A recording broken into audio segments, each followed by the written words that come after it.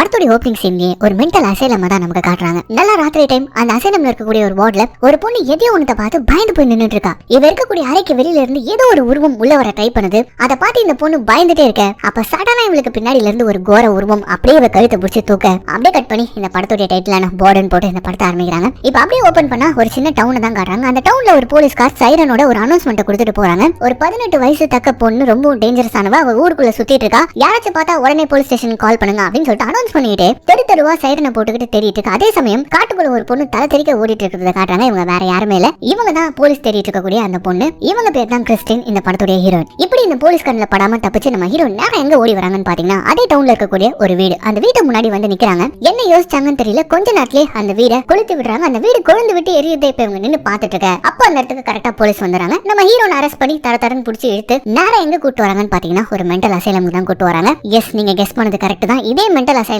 தான் இந்த படத்துடைய பிகினிங்ல நமக்கு காட்டினாங்க. இப்ப அதே அசைலம்க்கு இந்த படத்துடைய ஹீரோயினை கூட்டிட்டு வந்து அட்மிட் பண்ணிடுறாங்க. அதுக்கான ப்ரொசீஜர்ஸ்லாம் நடந்துட்டு இருக்கு. இந்த ட்ரெஸ்ஸை மாத்துறது, டீடைல் ஃபில் பண்றதுன்னு சொல்லிட்டு இதெல்லாம் நம்ம ஹீரோயின் பண்ணிட்டே இருக்கும்போது அப்ப அங்க இருக்கிறவங்க என்ன சொல்றாங்கன்னா, இந்த கேஸ் எல்லாம் போலீஸ் ஸ்டேஷன் கூட்டிட்டு போய் விசாரிக்காம இங்க எதுக்கு கூட்டிட்டு வந்தாங்க அப்படின்ற மாதிரி பேசிட்டு இருக்கு. அப்போ இந்த அசைலமுடைய வார்ட் பாயான ராயின் ஒருத்தனை காட்டுறாங்க. ஆக்சுவலி இவன் கொஞ்சம் மோசமானவன் தான். அவன் நம்ம ஹீரோயின் கிட்ட நேரா வந்தீங்க பார், இந்த ஹாஸ்பிட்டலுக்குன்னு சொல்லிட்டு சில ரூல்ஸ் அண்ட் ரெகுலேஷன் இருக்கு, அதை நீ கரெக்டா ஃபாலோ பண்ணனா நானும் உன்னை கரெக்டா ஹேண்டில் பண்ணுவேன். சொல்ற பேச்சு கேட்கலன்னு வச்சுக்கோயேன், அதுக்கப்புறம் நரகம்னா என்னன்றது பாப்பா அப்படின்ற மாதிரி மிரட்டிக்கிட்டு தரன்னு பிடிச்சிட்டு வந்து ஒரு வார்டுல விட்டு, இதா இதுக்கப்புறம் இதுதான் உன்னுடைய புது வீடு அப்படின்னு சொல்லிட்டு ஒரு நர்ஸ் கிட்ட விட்டுட்டு போயிட அவங்க வந்து பாத்தீங்கன்னா நம்ம ஹீரோயினை ஒரு ரூம்க்கு கூட்டு போயிட்டு இருக்காங்க. அப்படி போற வழியில ஒரு மிகப்பெரிய ஹாலை நம்ம ஹீரோயின் பாக்குறாங்க. அது பேர் ரீக்ரியேஷன் ரூமா. அங்க நம்ம ஹீரோயின் மாதிரி ஒரு 4 பேர் இருக்காங்க. ஆக்சுவலி அவங்களும் இந்த மென்டலி பாதிக்கப்பட்டு அந்த அசைலம்ல இருக்கிறவங்க தான். அவங்களுமே நம்ம ஹீரோயின் ஒரு மாதிரி பாக்க அந்த இடத்துல இந்த நர்ஸ் என்ன சொல்றாங்கன்னு பாத்தீங்கன்னா, இங்க பாரு, காலைல 8 மணில இருந்து ராத்திரி 10 மணி வரைக்கும் இந்த ரீக்ரியேஷன் ரூமை நீ யூஸ் பண்ணிக்கலாம், அதை தவிர்த்து உன் ரூம் விட்டு நீ வெளியிலே வரக்கூடாது அப்படின்னு சொல்லிட்டு நேரா ஒரு ரூமுக்கு கூட்டு போறாங்க. அந்த ரூமுக்கு வெளியில ஆல்ரெடி டாமி அப்படின்னு சொல்லிட்டு ஒரு பேர் எழுதப்பட்டிருக்கு. அதை இவங்க அழிச்சிட்டு இப்ப கிறிஸ்டின் அப்படின்னு சொல்லிட்டு நம்ம ஹீரோயின் பேர் எழுதுறாங்க. ஆக்சுவலி இந்த டாமின்ற பொண்ணு வேற எந்த பொண்ணுமே கிடையாது. படத்துடைய பிகினிங்ல ஒரு பொண்ணு கொடூரமா இறந்து போனா இல்லையா, அவ தான் டாமி. அந்த பொண்ணு இறந்து போன அதே ரூம்ல தான் இப்ப நம்ம ஹீரோயினுக்கு ரூம் கொடுத்திருக்காங்க. இப்ப கட் பண்ணா அப்படியே அன்னைக்கு ராத்திரி ஆயிடுது. நம்ம ஹீரோயின் நல்லா தான் தூங்கிட்டு இருக்காங்க. பட் அவங்களுக்கு டிஸ்டர்பிங்கான ஒரு சில கனவுகள்லாம் வருது. அவங்க எரிச்சாங்க தெரியுமா அந்த ஒரு வீடு, அதோட விஷுவல்ஸ்லாம் வந்து ஒரு மாதிரி இலுஷனா வந்துட்டே இருக்கு. அப்ப பொறுமையா இவங்களுடைய பெட்ஷீட்டை யாரோ ஒருத்தங்க இழுக்கிற மாதிரி இருக்கு. கொஞ்சம் கொஞ்சமா இழுத்து அப்படியே அந்த பெட்ஷீட் கீழே விழ, இதனால கிறிஸ்டினுக்கு தூக்கம் கலைஞ்சு போயிடுது. எரிஞ்சவங்க யார் இந்த பெட்ஷீட்டை கீழே இழுத்து போடுது அப்படின்னு சொல்லிட்டு அந்த பெட்ஷீட் எடுக்கலாம் அப்படின்னு சொல்லிட்டு இப்ப கட்டல் கரையில பார்க்கும்போதுதான் அங்க ஒரு சில பீட்ஸ்ங்க மாதிரி இருக்கக்கூடிய மணிகள் வந்து பாத்தீங்கன்னா நம்ம கிறிஸ்டினுக்கு கிடைக்குது. அதை எடுத்து பாக்குறா, அதுல ஒவ்வொரு பீட்ஸ்லயும் ஒவ்வொரு ஆல்பபெட்டிக் லெட்டர் இருக்கு. அது ஏதோ பிரேஸ்லெட்ல இருக்கக்கூடிய பேர் மாதிரி இருக்கு. அதை அப்படியே எடுத்து வச்சுட்டு நம்ம ஹீரோயின் என்ன பண்றாங்கன்னு பாத்தீங்கன்னா ராத்திரி முழுக்க தரையிலே படுத்துறாங்க. இப்ப அப்படியே விடியுது. அப்போ நம்ம கிறிஸ்டினுடைய ரூமுக்கு டாக்டர் ஸ்ட்ரிங்கர் அப்படின்னு சொல்லிட்டு ஒருத்தர் வராரு. இந்த ஒட்டுமொத்த மென்டல் அசைலமுக்கும் வந்து பாத்தீங்கன்னா இவர் ஒருத்தர் தான் டாக்டர். அவர் வந்து என்னமா கீழே பார்த்துட்டு இருக்கு அப்படின்னு சொல்லிட்டு கேட்க, இல்ல நேற்று ராத்திரி யாரோ வந்து என்னோட பெட்ஷீட்டை இழுத்து போட்டு போனாங்க அப்படின்னு டக்குன்னு திரும்பி நர்ஸை பார்த்து பாக்குறாரு. என்னங்க இது அப்படின்னு கேட்க, இல்ல டாக்டர் அதுக்கெல்லாம் வாய்ப்பே இல்ல, நான் தான் இவளை உள்ள வச்சு கதவை சாத்திட்டு போனதே,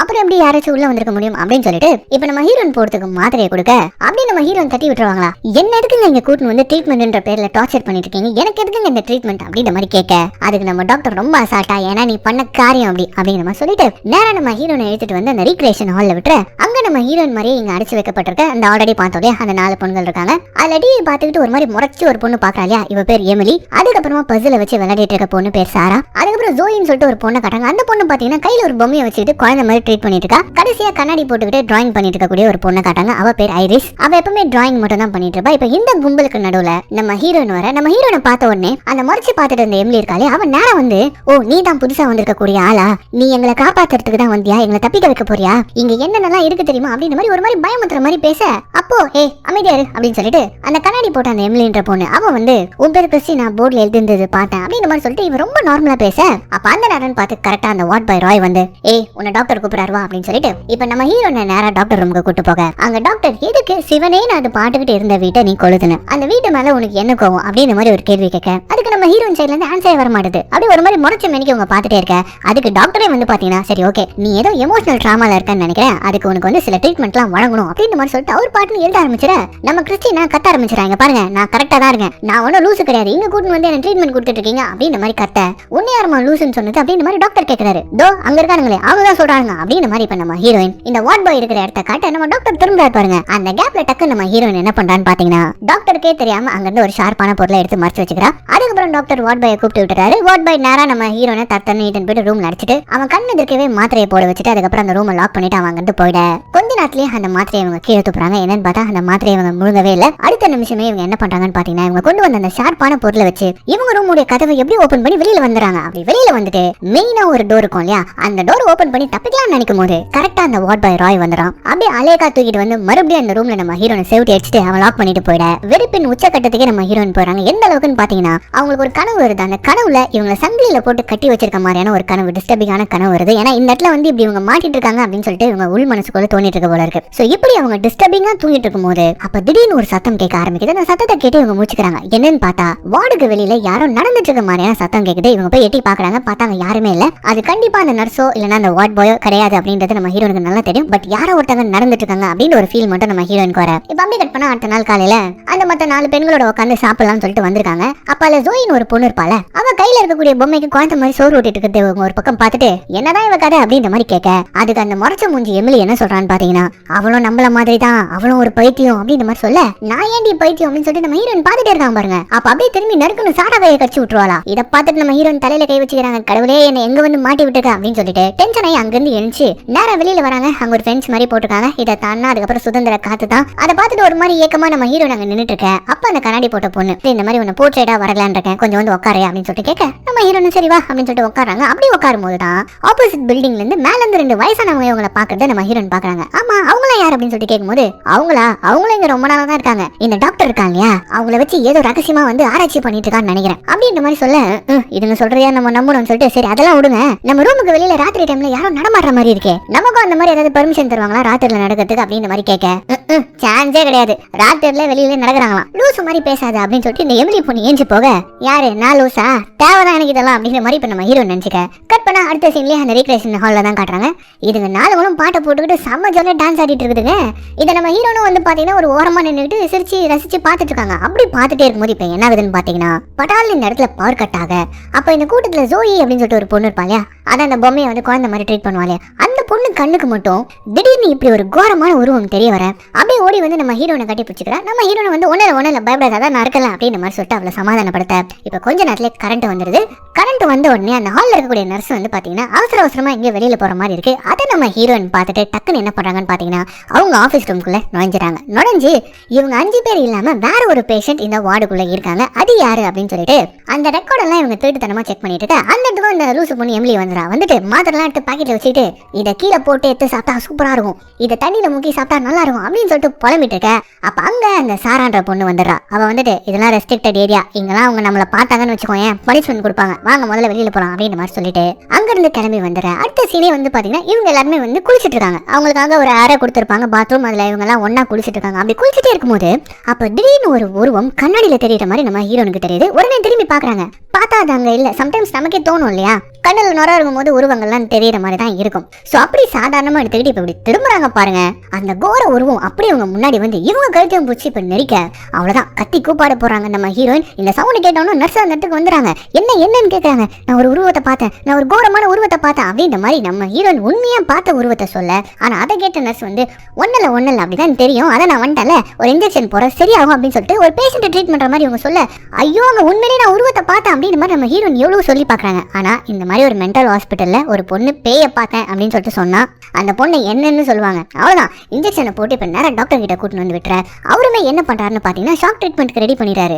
அவர் பாட்னர் ஷாக் கொடுக்கறதுக்கு போக நம்ம ஹீரோயின் கெஞ்சுறாங்க கதறாங்க, இங்க பாருங்க நான் உண்மையிலேயே பார்த்தா அது மனுஷ உருவமே கிடையாது, அது ஏதோ ஒரு மாதிரி கோரமா இருந்தது அப்படின்னு எவ்வளவு அவங்க சொல்றாங்க. ஆனா அதை டாக்டர் கேட்கற மாதிரி இல்ல. ட்ரீட்மெண்ட்ன்ற பேர்ல ஹை வோல்டேஜ் கரண்ட் கொடுத்து அப்படியே குப்பை மாதிரி அவங்களை கசக்கி கை தாங்களா 2 வார்ட் பாய்ஸ் எடுத்துன்னு வந்து பெட்ல போடும்போது அப்ப அவங்களுக்குள்ள கேட்டுக்கிறாங்க, இந்த ஷாக் கொடுக்குற ட்ரீட்மெண்ட் எல்லாம் தலை செஞ்சு ரொம்ப நாள் ஆகுதுல அப்படின்ற மாதிரி சொல்ல, இவள மாதிரி இல்லாத ஒரு விஷயத்தை இருக்குன்னு சொல்றவங்களுக்கு எல்லாம் இதுதான்பா ட்ரீட்மெண்ட், நம்ம எதுக்கு தேவையில்லாத கேள்வி, டாக்டர் சொல்றாரு வேலையை முடிக்கிறோம் அவ்வளவுதான் அப்படின்ற மாதிரி இவங்க 2 பேரும் இப்ப பேசிக்க.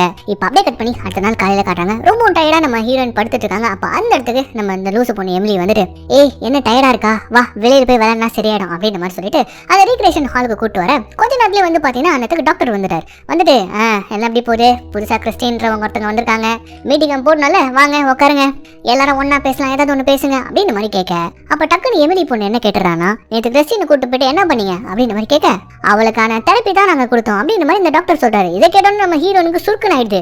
எதை கூட்டு போய் ஷாக் கொடுக்குறது தான் உங்க தெரப்பியா அப்படின்னு சொல்லிட்டு நம்ம ஹீரோ நீங்க டென்ஷன் ஆக, இப்படிதான் டாமியும் ஒரு மாசத்துக்கு முன்னாடி கூட்டு போனீங்க, அதுக்கப்புறம் அவ எங்க போனான்னு தெரியல அப்படின்ற மாதிரி இப்ப இந்த பொண்ணு சொன்னோம். டாமியா இது யாரு அப்படின்னு சொல்லிட்டு நம்ம ஹீரோன் கேக்குறாங்க.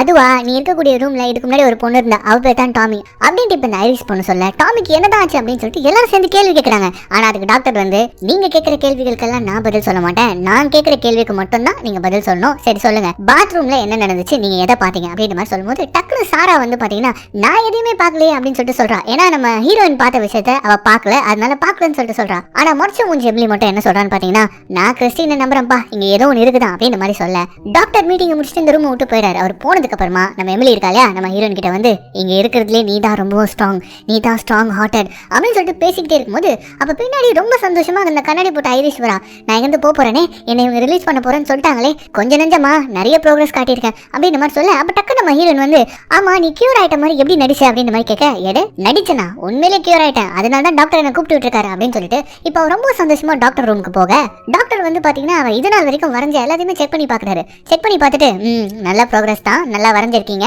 ஆனா எனக்கு ஒரே ஒரு கேள்விதான், எதுக்கு இந்த உருவத்தை வரைஞ்சி வச்சிருக்கீங்க அப்படின்னு சொல்லிட்டு காட்ட, என்னன்னு பார்த்தா அவளுமே வந்து இந்த ஹாஸ்பிட்டல்ல ஒரு கொடூர உருவம் சுத்துற மாதிரி வரைஞ்சி வச்சிருக்கா.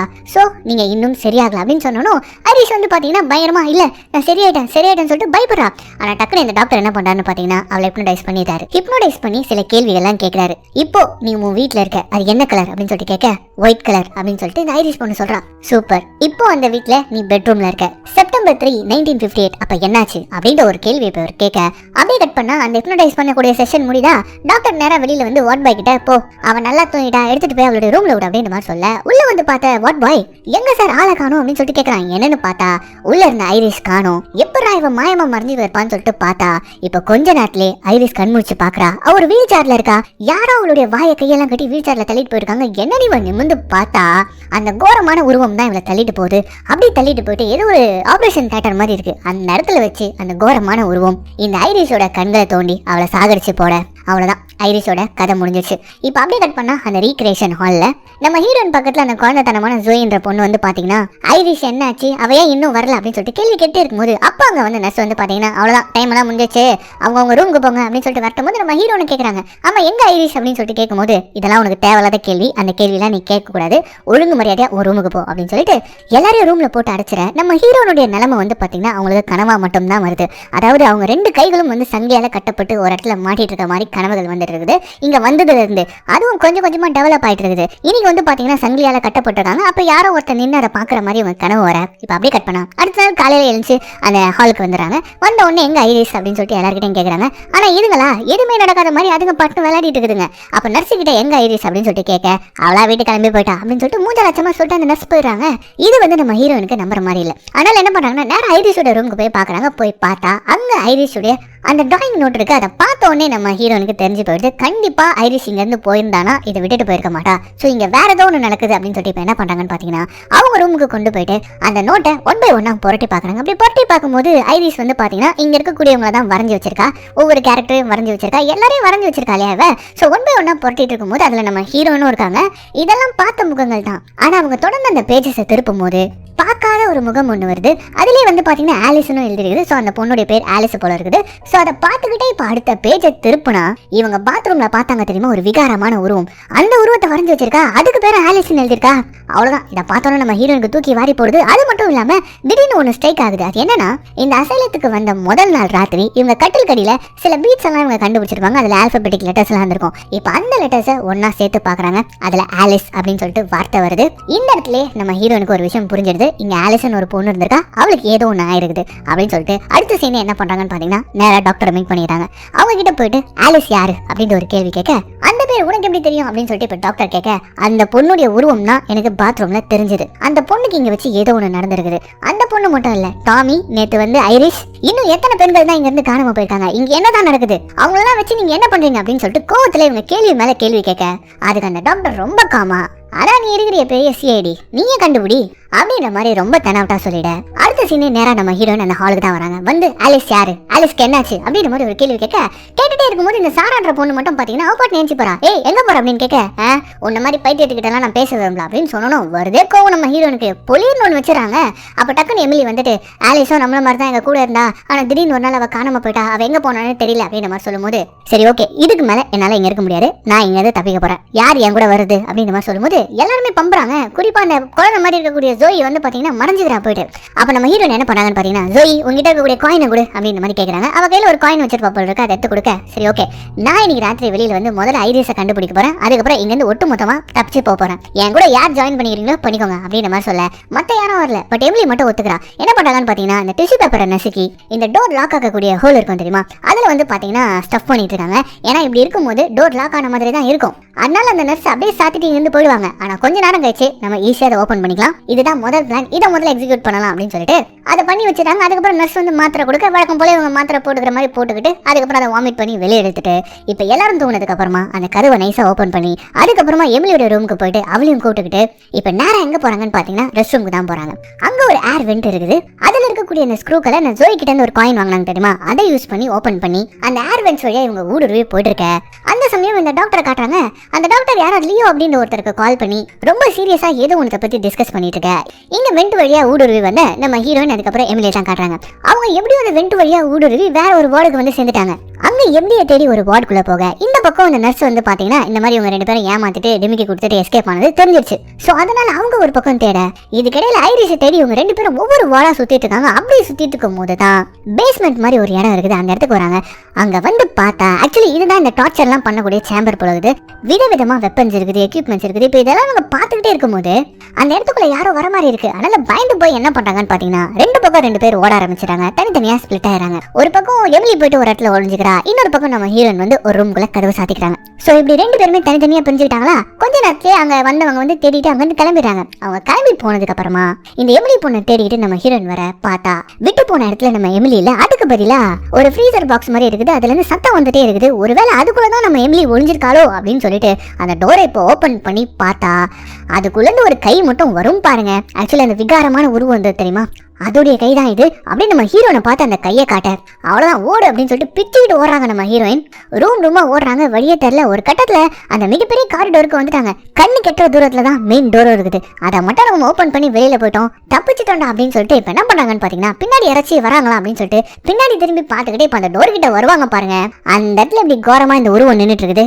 அவ்வளவுதான் மூஞ்சிக்கு நேரம் மூஞ்சிக்கு பக்கத்துல இப்படி ஒரு கோரத்தை பாத்தீங்கன்னா நீங்க என்ன பண்ணுவீங்க? அப்படியே பயந்து போய் பொத்துன்னு கீழே விடுறாங்க. கபாலம் கலங்கிடுது. அப்படியே கண்ணெல்லாம் ஒரு மாதிரி கலக்கமா மயங்கி போய் இப்ப பாக்குறாங்க பாருங்க. பார்த்தா அந்த வார்ட் பை ராய் வந்துட்டான். எங்களுக்கே விபூதி அடிக்கலான்னு பாத்தியா அப்படின்னு சொல்லிட்டு இப்ப என்ன பண்ணான்னு பாத்தீங்கன்னா தரன்னு ஏத்துட்டு வந்து மறுபடியும் ஹீரோயினை ரூம்ல போட்டு லாக் பண்ணிடுறான். இப்ப அப்படியே கட் பண்ணா அடுத்த நாள் காலையில காட்டாங்க. நம்ம ஹீரோயின் அப்படியே கண் முழிச்சு நேரம் வந்து பார்த்தா எமிலி இருக்கா. அவளை நேற்று ராத்திரியே நர்ஸ் பிடிச்சதா அவ சொல்றா. இருந்தாலும் அவ வந்து பாத்தீங்கன்னா எல்லா இடத்துலயும் தேடி பார்த்திருக்கா, எந்த இடத்துலயும் ஐரிஸ் கிடைக்கல. சோ அதை வந்து இப்ப நம்ம ஹீரோயின் கிட்ட சொல்ல அதுக்கு நம்ம ஹீரோயின் என்ன சொல்றாங்க தெரியுமா, இதுக்கு மேலயும் இந்த ஹாஸ்பிட்டலுக்குள்ளேயே நம்ம இருந்துட்டோம் அப்படின்னா ஐரிஸ்க்கு நடந்ததுதான் நமக்கும் நடக்கும், சீக்கிரமா இங்க இருந்து தப்பிக்க பார்க்கணும் அப்படின்ற மாதிரி சொல்லிட்டு இவங்க இங்க பேசிட்டு இருக்க. இங்க அப்படியே கட் பண்ணி இந்த வார்ட் பாய் ராய் தான் காட்டுறாங்க. அவன் என்ன பண்ணிட்டு இருக்கான்னு பாத்தீங்கன்னா இவங்க ரெண்டு பேரும் தப்பிச்சு போனாங்க இல்லையா, அந்த வெண்ட் அதை வந்து திறக்கவே முடியாத மாதிரி இவன் சீல் பண்ணிட்டே இருக்க. அப்ப அந்த இடத்துக்கு இந்த பொண்ணு சாரா வரா. வந்துட்டு ஒரு மாதிரி செடியூஸ் பண்ற மாதிரி பேசுறா. வாயே நம்ம ரெண்டு பேரும் அப்படியே எங்கேயாச்சும் டேட்டிங் கீட்டிங் போயிட்டு வருவோம் அப்படின்னு மாதிரி சொல்ல அப்ப இந்த ராய் வந்து இவளுக்கு மயங்கி போய் ஏதாவது இங்க ஒண்ணு நடக்கும் அப்படின்னு சொல்லிட்டு நம்ம பார்த்தா என்ன அவ்வளவு மழுமட்டையாவ தெரியுது, இதுக்கெல்லாம் மயங்குற ஆளு நான் கிடையாது அப்படின்னு சொல்லி இவன் மொக்க பண்ணி அனுப்பி விடுறான். இதனால சம கடுப்பாயிடுறா சாரா. இப்ப அந்த கடுப்போடவே நேரா இவ ஹாலுக்கு வர அங்க இவங்க ரெண்டு பேரும் உட்காந்து பேசிட்டு இருக்கிறத பார்த்த உடனே என்ன நேற்று ராத்திரி இங்க இருந்து தப்பிக்க ட்ரை பண்ணீங்க போல இருக்குது, அதெல்லாம் நீங்க என்ன ட்ரை பண்ணாலும் இங்க தப்பிச்செல்லாம் போக முடியாது அப்படின்னு சொல்லிட்டு இவனை கலாய்க்க விதமா பேசிட்டு இவன் நேரம் அவளுடைய ரூமுக்கு வந்துற வந்தவ அவளுடைய மிரர் எடுத்து மேக்கப் போட்டுட்டு இருக்கா. அப்படி மேக்கப் போட்டுட்டே இருக்கும்போது கண்ணாடியில அதே கோரமான உருவம். அவ்வளவுதான் இவ கத்துன அடுத்த செகண்ட் அந்த உருவம் அப்படியே பிடிச்சி இவளை எங்க தூக்கிட்டு போகுது. எங்கன்னு பார்த்தா அந்த ஷாக் எல்லாம் கொடுப்பாங்க தெரியுமா, அந்த இடத்துக்கு தான் தூக்கிட்டு வந்து கட்டி போட்டு வச்சிருக்குது. இவளா கத்துறா அந்த சாரா, இங்க பாரு இதுக்கு உனக்கும் சம்பந்தம் கிடையாது, அதெல்லாம் என்னுடைய பிளானே கிடையாது அப்படின்னு சொல்லி பயங்கரமா கத்துற. அதெல்லாம் அந்த பேய் கேட்கவே இல்லை. அப்படியே கரண்ட் ஷாக் ஷாக் அதிகப்படுத்துது. இதனால இந்த ஒட்டுமொத்த பில்டிங் உடைய பவர் சப்ளையும் வந்து பாத்தீங்கன்னா பயங்கரமா ஃபிளிக்கர் ஆக அவ்வளவுதான் அந்த கோர உருவத்தால இந்த பொண்ணு சாராவும் இறந்து போக சாராவுடைய ரூமுக்கு வந்து நம்ம ஹீரோயின் தேடி பாக்குறாங்க எங்க சாரான்னு சொல்லிட்டு. வந்து பார்த்தா சாராவை காணோம். அவளுமே மர்மமான முறையில காணாம போயிருக்கா. இப்ப இதெல்லாம் பார்த்து நம்ம ஹீரோயின் கடுப்பாய் போய் என்னதான் இங்க நடக்குது அப்படின்னு சொல்லிட்டு ஒரு மாதிரி கோவமா கத்திட்டு இருக்க. அப்ப குழந்தைத்தனமா பண்ணிட்டு இருப்பாரு இந்த ஜோயா என்ற பொண்ணு. அவ கீழே விழுந்து கதறி கதறி ஒரு மாதிரி பயந்துட்டு இருப்பா பாருங்க. அப்பதான் நம்ம கிறிஸ்டின் ஒரு விஷயத்தை நோட்டீஸ் பண்றா. வந்ததுல இருந்தே அவ கையில ஒரு பொம்மை வச்சிருந்திருப்பா தெரியுமா. அந்த பொம்மையோட கால்ல வந்து பாத்தீங்கன்னா ஆலிஸ் அப்படின்னு சொல்லிட்டு பேர் போடப்பட்டிருக்கு. இத பார்த்த உடனே என்னது இதுல ஆலிஸ்னு போட்டிருக்கு அப்படின்னு சொல்லிட்டு நம்ம ஹீரோயின் கேட்க, அப்ப பயத்தோட உச்சில இருக்கக்கூடிய ஜோய் இது ஆலிஸுடைய பொம்மை, அதை தேடி அவ வந்திருக்கா, நம்ம எல்லாரும் சும்மா விட மாட்டா, நம்மள சாகடிச்சிருவா அப்படின்னு சொல்லிட்டு இவ பயந்து போய் சொல்ல, இந்த இடத்துல தான் ஒரு விஷயத்தை நம்ம ஹீரோனே புரிஞ்சுக்கிறாங்க. இந்த ஆலிஸ் போய் பழி வாங்கிட்டு இருக்குது, அதுவும் இந்த 4 பேர் தான் தொரத்தி பழி வாங்குது அப்படின்னு ஒரு விஷயத்தை தெரிஞ்சுக்கிட்டு டக்குன்னு எமிலியை பிடிச்சி ஒழுங்கு மரியாதையா சொல்லுங்க, நீங்க எல்லாரும் சேர்ந்து ஆலிஸ் என்ன பண்ணீங்க அப்படின்னு சொல்லிட்டு இப்ப கேட்கும்போது இந்த இடத்துல தான் ஒரு பிளாஷ்பேக். அந்த பிளாஷ்பேக்ல வந்து பாத்தீங்கன்னா நம்ம ஹீரோயின் இந்த ஃபெசிலிட்டிக்கு வரதுக்கு முன்னாடியே இங்க 5 பெண்கள் இருந்திருக்காங்க. இந்த முறைச்சு பார்க்கக்கூடிய பொண்ணு எமிலி, அதுக்கப்புறமா இந்த குழந்தை மாதிரி பிஹேவ் பண்ணக்கூடிய ஜோயா, இன்னும் 2 பேர் சாரா ஐரிஷ் நமக்கு தெரியும். அது இல்லாம டாமி ஆலிஸ்னு சொல்லிட்டு 2 பேர் இருந்திருக்காங்க. இதுல ஆலிஸ் வந்து பாத்தீங்கன்னா எப்பவுமே தனியா இருக்கக்கூடியவே இவங்க கூட சேரவே மாட்டா. அது மட்டும் இல்லாம இவங்க எப்ப பார்த்தாலும் முறைச்சுக்கிட்டே இருப்பா. அதனால கடுப்பான இவங்க எல்லாருமே சேர்ந்து ஒரு நாள் என்ன பண்ணிருக்காங்கன்னு பாத்தீங்கன்னா ஆலிஸோட பொம்மையை எடுத்து வச்சுட்டு, இங்க பாரு உன்னுடைய பொம்மை டாமி கிட்ட தான் இருக்குது, அவ ரூம்ல வச்சு விளையாடிட்டு இருக்கா, போய் வாங்கிக்கோ அப்படின்னு சொல்லிட்டு அந்த ரூமுக்குள்ள மறைஞ்சிருந்த மத்த எல்லாருமே ஒண்ணு சேர்ந்து துள்ள துடிக்க கழுத்து நிறுத்தி ஆலிஸை கொண்டு இருக்காங்க. அப்பதான் அவ கையில இருந்த பிரேஸ்லெட் அறுக்கப்பட்டிருக்குது. அதுக்கப்புறமா அவருடைய பொம்மையை வந்து பாத்தீங்கன்னா இந்த ஜோயா பொண்ணு எடுத்து வச்சிருந்திருக்கா. ஆக மொத்தம் அந்த ஆலிஸ் பொண்ணு இந்த 5 பேர் சேர்ந்து சாகடிச்சிட்டு இருக்காங்க. அதுல ஒருத்தி தான் இந்த டாமி. படத்துடைய பிகினிங்லயே அவ சாகடிக்கப்பட்டா. அதுக்கப்புறமா நம்ம ஐரிஸ் சாரான்னு சொல்லிட்டு இந்த 2 பேருமே செத்து போயிட்டாங்க. இப்ப மீதி இருக்கிறது ஜோயாவும் எமிலியும் மட்டும் தான். இந்த ஜோயா பொண்ணு வேற புலம்பிட்டே இருக்கா, அவ்வளவுதான் ஆலிஸ் நம்மள விட மாட்டா, அடுத்து நம்மள தான் கொலை பண்ண போறா அப்படின்ற மாதிரி பயமுத்திட்டே இருக்க. இதை கேட்ட எமிலி டக்குன்னு என்ன பண்ணிடான்னு பாத்தீங்கன்னா, நான் வந்து முதல்ல உயிரோட இருந்தா அவ வந்து என்ன சாகடிக்கிறதுக்கு அப்படின்னு சொல்லிட்டு இப்ப நான் என்ன பண்றான்னு பாத்தீங்கன்னா ரெஸ்ட் ரூம் ஓடிரா. அங்க என்ன பண்ண போறான்னு பார்த்தா அங்க ஒரு கத்தி மறைச்சு வச்சிருக்கா. அதை வச்சு கையை கட் பண்ணிக்கிட்டு செத்துலாம் அப்படின்னு சொல்லிட்டு ட்ரை பண்ணும்போது அந்த இடத்துல நம்ம ஹீரோயின் போறாங்க, இங்க பாரு தயவு செஞ்சு அதை பண்ணாத, நான் சொல்றதை கேளு, நம்ம ஒண்ணு சேர்ந்தோம்னா ஈஸியா இங்க இருந்து தப்பிச்சிடலாம், அதுக்கப்புறம் உனக்கு எந்த ஒரு பிரச்சனையும் இருக்காது, சோ நான் சொல்றதை கொஞ்சம் கேளு அப்படின்னு சொல்லிட்டு இப்ப இவங்க பேசிட்டே இருக்கிற இந்த சமயத்துல அப்படியே பின்னாடி அந்த ஆலிஸோட பேய் வந்து அந்த கத்தியை புடுங்கி கரகரன் கழுத்து அறுத்து போட்டுறோமா. அவ்வளவுதான் எமிலியும் இப்ப காலியா. மீதி இருக்கக்கூடிய 2 பேர் விடுறாங்க ஓட்டத்தை. நேரா வேற ஒரு ரூம்குள்ள வந்து கதவு சாத்திக்கிட்டு கதறா அந்த ஜோயா, அவ்வளவுதான் எல்லாமே முடிஞ்சு போச்சு, அடுத்து நான் தான், நீலாம் ஒண்ணுமே பண்ண முடியாது, எப்படி என்ன காப்பாத்துவேன், இங்க இருந்து எப்படி வெளியில என்ன கூட்டு போவா அப்படின்ற மாதிரி இவ கட்டிக்கிட்டே இருக்க. அப்ப நம்ம ஹீரோயின் சொல்றாங்க பாருங்க, நான் உன்னை கூட்டு போறேன்டி அப்படின்னு சொல்லிட்டு அந்த கத்தி எடுத்து அப்படியே ஜோயா கழுத்துல வச்சிருவாங்களா. என்னன்னு பார்த்தா பணைய கைதி மாதிரி ஜோயா வச்சுக்கிட்டு இங்க இருக்கக்கூடிய காட்ஸ் எல்லாம் மிரட்டி இங்க இருந்து ஈஸியா தப்பிச்சிடலாம் அப்படின்னு சொல்லிட்டு ஹீரோயின் நினைக்கிறாங்க. அதுபடியே பிளானும் ஒர்க் அவுட் ஆகுது. ஃபர்ஸ்ட் இந்த நர்ஸ் வந்து பாத்தீங்கன்னா பயந்து டோர் ஓபன் பண்ணி விட்டுறாங்க. அதுக்கப்புறமா இருக்கக்கூடிய இந்த வார்ட் பாய்ஸ் எல்லாம் கூட அவளை விட்டுரு, அவளை எதுவும் பண்ணிடாத அப்படின்னு சொல்லிட்டு கொஞ்சம் கொஞ்சமா எப்படியும் நம்ம ஹீரோயின் லிஃப்ட் வரைக்கும் வந்துற. லிஃப்ட்டுக்குள்ள இருந்து வருவான அந்த ராய், அந்த மோசமான வார்ட் பாய், அவ்வளவுதான் அப்படியே நம்ம ஹீரோயின் கையை பிடிச்சிட அந்த ஜோயா பொண்ணை பிடிச்சி தள்ளி விட்டுட்டு நம்ம ஹீரோனை எல்லா சைடும் லாக் பண்ணிட்டாங்க. அந்த இடத்துக்கு அந்த டாக்டர் வந்துறாரு. அவ்வளவுதான் முத்தி போச்சு, எறா அந்த இன்ஜெக்ஷன் அப்படின்னு சொல்லிட்டு ஒரு இன்ஜெக்ஷனை போட்டு அப்படியே அலேக்கா நம்ம ஹீரோனை தூக்கிறாங்க. தூக்கிட்டு போயிட்டு அவங்க ரூம்லயே கை காலெல்லாம் கட்டி போட்டு இதுக்கு மேல உன்னால அசைய கூட முடியாது, அதனால இதுக்கப்புறம் ஒழுங்கா இருக்கணும் பாத்துக்கோ அப்படின்ற மாதிரி சொல்லிட்டு வாயில மாத்திரையை திணிச்சு அந்த ரூமை லாக் பண்ணிட்டு போக இன்னும் கொஞ்ச நேரத்துல அந்த மாத்திரை வேலை செய்ய ஆரம்பிச்சிச்சுன்னு வச்சுக்கோங்களேன். நம்ம ஹீரோயின் மட்டையிடுவாங்க. அதுக்கப்புறம் இவங்க என்ன வேணாலும் பண்ணிடலாம். ஆனா அதுக்கு முன்னாடி நம்ம ஹீரோயின் என்ன பண்றாங்கன்னு பாத்தீங்கன்னா இந்த ஹாஸ்பிட்டல்ல இருக்கக்கூடிய அந்த மெட்டல் கட்டில் எல்லாம் வந்து பாத்தீங்கன்னா சின்ன பிசரெல்லாம் இருக்கும் தெரியுமா, அதை வச்சு அவங்க கை கால்கள்ல கட்டப்பட்டு இருக்கக்கூடிய அந்த கட்டை வந்து பாத்தீங்கன்னா கட் பண்ணிட்டு வாய்க்குள்ள கையை விட்டு வாமிட் பண்ணி மாத்திரையை வெளில கக்கிறாங்க. இது தெரியாத அந்த நர்ஸ் பொம்பளை என்ன பண்றான்னு பாத்தீங்கன்னா கொஞ்ச நேரத்துல அப்படியே ரவுண்ட்ஸ் மாதிரி வந்துட்டு பாக்குறா. அப்படி பாக்கும்போது ரூம்குள்ள எட்டி பார்த்தா நம்ம ஹீரோனை காணோம். அட எப்படா தப்பிச்சிச்சு இந்த பிசாசு அப்படின்னு சொல்லிட்டு இப்ப இந்த ரூம்குள்ள வந்து செக் பண்ணி பார்த்தா நம்ம ஹீரோயின் தப்பிக்கவே இல்ல. உள்ளே இருந்துட்டு தப்பிச்ச மாதிரி பாசாங்க காமிச்சிருக்காங்க. அது தெரியாம நர்ஸ் உள்ள வந்துற ஒரே அடி தலையில அவ்வளவுதான் நர்ஸை மட்டை பண்ணிட்டு அவங்க கிட்ட அந்த சாவி கொத்தை எடுத்துக்கிட்டு நேரா போயிட்டு எமிலியை காப்பாத்திட்டு ஒரு வழியா அடிச்சு புடிச்சு இந்த காரிடோருக்கு வந்து அங்க அந்த ராய் இருப்பானா. பட் இருந்தாலும் அந்த ராய்க்கும் டிமிக்கி கொடுத்துட்டு லாஸ்ட் மினிட்ல அவனையுமே இந்த காரிடோருக்குள்ளேயே வச்சு லாக் பண்ணிட்டு அவ்வளவுதான் எப்பா தப்பிச்சிட்டோம்டா, இதுக்கப்புறம் நேரா மெயின் கேட் தாண்டா அப்படின்னு சொல்லிட்டு நினைச்சா குறுக்க இந்த கௌஷிக் வந்தா அப்படின்ற மாதிரி அந்த ஆலிஸ் பேய் வந்து நிக்குமா. அவ்வளவுதான் போடு அபவுட் டர்ன் அப்படின்னு சொல்லிட்டு இப்ப என்ன பண்றாங்கன்னு பாத்தீங்கன்னா ஏதோ ஒரு வழியில இந்த ஃபெசிலிட்டிக்குள்ள இவங்க ஓடிட்டு இருக்க. பின்னாடி அந்த ஜோயா பொண்ணா புலம்பிட்டே வரா. அவ்வளவுதான் நம்ம காலி சாக போறோம் அப்படி இப்படின்னு சொல்லிட்டு புலம்பிட்டே வர வாய மூடுறீ கொஞ்ச நேரத்துக்கு அப்படின்னு சொல்லிட்டு இந்த பேய்க்கு பயந்து என்ன பண்றாங்கன்னு பாத்தீங்கன்னா இவங்க நேரா பேஸ்மெண்ட்டுக்கு வந்துறாங்க. ஆனா வெளியில போக வேண்டிய வழி வந்து பாத்தீங்கன்னா கிரவுண்ட் ஃப்ளோர்ல இருக்குது. சோ ஒரு ஃப்ளோர் வந்து பாத்தீங்கன்னா இவங்க மேல போய் ஆகணும். அங்க எப்படா போறது அப்படின்னு சொல்லிட்டு இப்ப நம்ம ஹீரோயின் யோசிச்சுட்டு இருக்கும்போது தான் அங்க அந்த ஃபுட்ஸ் எல்லாம் அனுப்பக்கூடிய ஒரு சின்ன லிஃப்ட் இருக்குது. சோ அதை பார்த்த உடனே டக்குனு இவங்க என்ன பண்றாங்கன்னா இங்க பாரு ஜோயா, இது வழியா நீ முதல்ல மேல போ, பின்னாடியே நான் வந்துறேன் அப்படின்னு சொல்லிட்டு அந்த பொண்ணு அந்த லிஃப்ட்டுக்குள்ள ஏத்தி அனுப்புனா. முதல்ல அந்த பொண்ணு பயம் இல்லாம தான் போகுது. ஆனா அதுதான் பேய் ஆச்சு. அந்த லிஃப்ட்டுக்குள்ளேயே அந்த பேய் வந்துற. இது வந்து நம்ம ஹீரோனுக்கு தெரியல. அவங்க கீழ இருந்து மேல போன அந்த லிஃப்ட் வரும், நம்மளும் தப்பிச்சு மேல போயிடலாம் அப்படின்னு சொல்லிட்டு காத்துட்டு இருக்க. மேல போன லிஃப்ட் கீழ வரதுக்குள்ள இவங்களை பிடிக்கிறதுக்கு ஒரு வார்ட் பாய் வந்துட்டான். அவங்க கிட்ட இருக்கக்கூடிய சாவி எல்லாம் யூஸ் பண்ணி கஷ்டப்பட்டு நம்ம ஹீரோன் கிட்ட அவன் நெருங்கத்துக்கு முன்னாடியே கரெக்டா அந்த லிஃப்ட் வந்துட்டு நம்ம ஹீரோனும் வந்து பாத்தீங்கன்னா அங்க இருந்து தப்பிச்சு ஃபர்ஸ்ட் ஃப்ளோருக்கு வந்துறாங்க. ஆனா அங்க வந்து பார்த்தா இந்த ஜோயா பொண்ணை காணோம். தர முழுக்க ரத்த துளிகள் மட்டும் தான் இருக்குது. அதை ஃபாலோ பண்ணிக்கிட்டு நம்ம ஹீரோன் இப்ப போனா அங்க நின்னுட்டு இருக்குமா இந்த ஆலிஸ் பேய். அவ்வளவுதான் தூக்கி போடுது நம்ம ஹீரோனை. இந்த இடத்துல இந்த ஆலிஸ் பேய் வந்து பாத்தீங்கன்னா நம்ம ஹீரோனை போட்டு புரட்டி இருக்குது. ஆனா என்ன ஒரு விஷயம் பாத்தீங்கன்னா நம்ம ஹீரோனும் அந்த பேய் அடிக்கிறாங்க. ஒரு கட்டத்துல இந்த எமர்ஜென்சி கோடாலி இருக்கும் தெரியுமா, அதை எடுத்து நம்ம ஹீரோயின் இந்த ஆலிஸ் பேயோட நெஞ்சிலேயே இருக்க. அவ்வளவுதான், பேய் செத்து போயிடுது. என்னடா சொல்ற, பேய் செத்து போச்சா? என்னடா உளற? ஆல்ரெடி செத்து போனாதான் பேயா மாறுவாங்க, பேயா மாறினவங்க எப்படி சாகடிக்க முடியும் அப்படின்ற ஒரு கேள்வியை நீங்க கேட்டீங்கன்னா அதுக்கு பதிலாவே இந்த சீன் வருது. ஒரே போடா போட்ட உடனே இந்த பேய் செத்து போச்சா? அது செத்து போனதுக்கு அப்புறம் நம்ம ஹீரோயின் நேரா இந்த டாக்டரோட ரூமுக்கு தான் வராங்க. வந்து பார்த்தா அந்த டாக்டரோட ரூமே அலங்கோலமா இருக்குது. ஆனா அங்க ஆலிஸோட ஃபைல் இருக்குது. அதை எடுத்து பார்க்கும்போது தான் நம்ம ஹீரோனுக்கு ஒரு விஷயமே புரிய வருது. அந்த ஆலிஸ்ன்ற பொண்ணு எதுக்காக இந்த அசைலம்ல இருந்தா சொல்லிட்டு பார்த்தோம் அப்படின்னா, அவளுக்கு ஏகப்பட்ட பர்சனாலிட்டிஸ் இருந்திருக்குது. அதுக்கு ட்ரீட்மெண்ட் கொடுக்குறன்ற பேர்ல தான் இந்த டாக்டர் வந்து அவளை என்னென்னவோ பண்ணிருக்காரு. இது தெரிஞ்ச உடனே பின்னாடி டாக்டர் வரக்கூடிய சத்தம் கேக்குது. சோ இவன் தான் இந்த ஆலிஸ்க்கு ஏதோ ஒன்னு ட்ரீட்மெண்ட் தரேன் அப்படின்ற ஒரு பேர்ல இவன் ஏதோ ஒன்னு பண்ணிருக்கான் அப்படின்னு சொல்லிட்டு அப்படியே ஒரு பாட்டிலோட எடுத்து கழுத்துல வச்சு ஒழுங்கா சொல்லு, இந்த ஆலிஸ்க்கு ட்ரீட்மெண்ட்ற பேர்ல நீ என்ன பண்ண, அவளுக்கு என்ன பிரச்சனை, யார் அந்த ஆலிஸ், யார் அந்த ஆலிஸ் அப்படின்னு சொல்லிட்டு இப்ப நம்ம ஹீரோயின் மிரட்டி கேட்க, அப்ப டாக்டர் கொடுக்குறாரு பாருங்க ஒரு ட்விஸ்ட், அந்த ஆலிஸே நீதாமா அப்படின்னு சொல்லிட்டு சொல்றாரு. யோ டாக்டர் என்னையா சொல்ற அப்படின்ற மாதிரி இப்ப நம்ம கேட்டா இந்த இடத்துல தான் இந்த படத்துடைய ஒட்டுமொத்த ட்விஸ்டே வெளியில வருது. ஆக்சுவலி ஆலிஸ் அப்படின்னு சொல்லக்கூடிய ஒரே ஒரு கேரக்டர் தான் இந்த படத்துல இருக்குது. ஆலிஸ் 11 வயசா இருக்கும்போது டாக்டர் கூட நடுவுல கேட்டிருப்பாரு, செப்டம்பர் 3, 1958 என்ன ஆச்சு அப்படின்னு சொல்லிட்டு கேட்டிருப்பாரு. அந்த நாள் அன்னைக்கு தான் இந்த 11 வயசு இருக்கக்கூடிய ஆலிஸ வந்து பாத்தீங்கன்னா ஒரு ரேபிஸ்ட் வந்து ஒரு வீட்டுல கடத்தி வச்சு சங்கிலியால கட்டி ஆலிஸ அபியூஸ் பண்ணிருக்கான். அதுக்கப்புறமா அதே வீட்டுக்குள்ள 2 மாசம் மாட்டிக்கிட்டு இந்த ஆலிஸ் கஷ்டப்பட்டிருக்கா. இதுதான் வந்து நம்ம ஹீரோனுக்கு வந்து கனவா வந்திருக்கும் தெரியுமா, கையில சங்கிலி கட்டப்பட்டு யாரோ ஒருத்தன் பாக்குற மாதிரி. அதுதான் இந்த இடத்துல சிங் பண்றாங்க. அப்படி 2 மாசம் பல கொடுமைகளை அனுபவிச்ச ஆலிஸ் அதுக்கப்புறமா அந்த வீட்டை எரிச்சு தப்பிச்சு வந்திருக்கா. ஆக்சுவலி இதுதான் ரியல் ஆலிஸ். அதுக்கப்புறமா அந்த பயத்தினாலே இவளுக்கு ஒரு பயங்கரமான ட்ராமா ஏற்பட்டிருக்குது. கூடவே பர்சனாலிட்டி டிசார்டரும் வந்திருக்குது.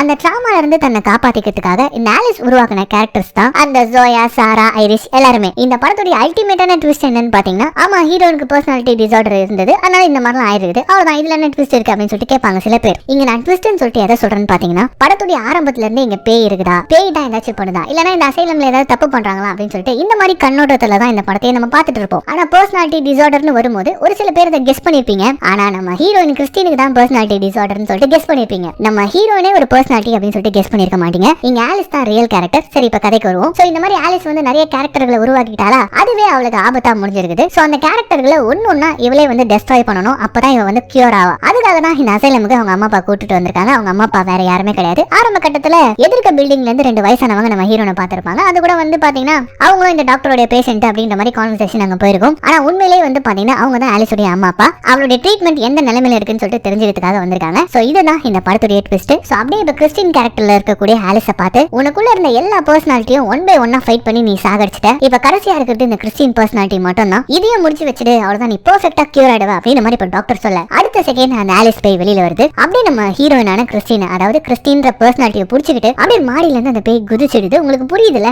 அந்த ஆலிஸ் அவங்களுக்குள்ள இருக்கக்கூடிய பர்சனாலிட்டிஸை சாகடிக்கிறதுக்கு அவங்க உருவாக்குனது தான் ஆலிஸ் பேய். சோ அதை வச்சு எல்லா பர்சனாலிட்டியும் இப்ப அவங்க கொண்டுட்டாங்களா. இப்ப அப்படியே கட் பண்ணா ஆலிஸோட அம்மா அப்பாவை தான் காட்டுறாங்க. டாக்டர் வந்து பாத்தீங்கன்னா டோட்டல் ட்ரீட்மெண்ட் பத்தி சொல்றாரு. இப்போ உங்க பொண்ணு வந்து நல்லா கியூர் ஆயிட்டாங்க, நீங்க வந்து பார்க்கலாம் அப்படின்னு சொல்லிட்டு பெட்டுக்கு கூட்டு வராங்க. ஆக்சுவலி இவங்க தான் நம்ம படத்துடைய ஹீரோயின் ஆலிஸ். இவ்வளவு நேரமா நம்ம பார்த்த கிறிஸ்டின் கிடையாது, இவங்களால உருவாக்கப்பட்ட ஒரு கேரக்டர் தான் கிறிஸ்டின். சோ எழுப்புறாங்க நம்ம ஆலிஸ. பக்கத்துல வந்து பாத்தீங்கன்னா அந்த வார்டன் ராய் இருக்கான். இன்னும் நம்ம ஹீரோனை நல்லா பாத்துக்கிட்ட எல்லா ஒர்க்கர்ஸும் இருக்காங்க. ஆக்சுவலி இவங்க ரொம்ப நல்லா பாத்துட்டு இருந்திருக்காங்க நம்ம ஹீரோனை. அவங்களுக்கு ஏத்த மாதிரி நடிச்சிட்டு இருந்திருக்காங்க. இவங்க தான் இமேஜினேஷன்ல அவங்க ரொம்ப மோசமானவங்க அப்படின்னு சொல்லிட்டு நினைச்சிட்டு இருந்திருக்காங்க. சோ நம்ம ஆலிஸ் கண் முடிக்கிறாங்க. கண் முடிச்சு டாக்டர் எனக்கு புரியுது என்ன நடந்துச்சுன்னு சொல்லிட்டு, பட் இன்னும் எனக்கு ஞாபகங்கள் இருக்கே, சாரா, ஜோயா, டாமின்னு சொல்லிட்டு எல்லாருமே என் ஞாபகத்துல இருக்காங்க அப்படின்னு சொல்லும்போது இருக்கத்தாம செய்யும். அது எப்படி அடியோட அழிஞ்சு போயிடும். அவங்க எல்லாருமே உன்னுடைய பர்சனாலிட்டி உனக்குள்ள இருக்கிறவங்கன்னு சொல்லிட்டு உனக்கு தெரிஞ்சு போச்சுல, அது ஒண்ணு போதும் அவங்களை கம்ப்ளீட்டா அழிக்கிறதுக்கு. இப்ப நீ பெர்ஃபெக்ட்லி ஆல்ரைட், நாளைக்கு கூட நீ டிஸ்சார்ஜ் ஆயிக்கலாம், உங்க அம்மா அப்பா கூட போயிட்டு இதுக்கப்புறம் சந்தோஷமா வாடு அப்படின்ற மாதிரி இப்ப நம்ம டாக்டர் அட்வைஸ் பண்ணி அனுப்பி வைக்க அடுத்து ஒரு சில நாட்கள்ல நம்ம ஹீரோயின் ஆலிஸை காட்டுறாங்க. அவங்க இந்த ஹாஸ்பிட்டல் விட்டு கிளம்புறாங்க. அப்படி கிளம்பும் போது இவங்களுடைய பொட்டி படுக்கை இது எல்லாத்தையும் பேக் பண்ணிட்டு கடைசியா ஒரு கபோர்டை ஓபன் பண்ணுவாங்க பாருங்க. அதுக்குள்ள இருந்து கிறிஸ்டின் அப்படியே எகிரி நம்ம ஆலிஸை அட்டாக் பண்ண இந்த இடத்துல இந்த படத்தை முடிக்கிறாங்க. சப்ஸ்கிரைப் பண்ண மறந்துடாதீங்க.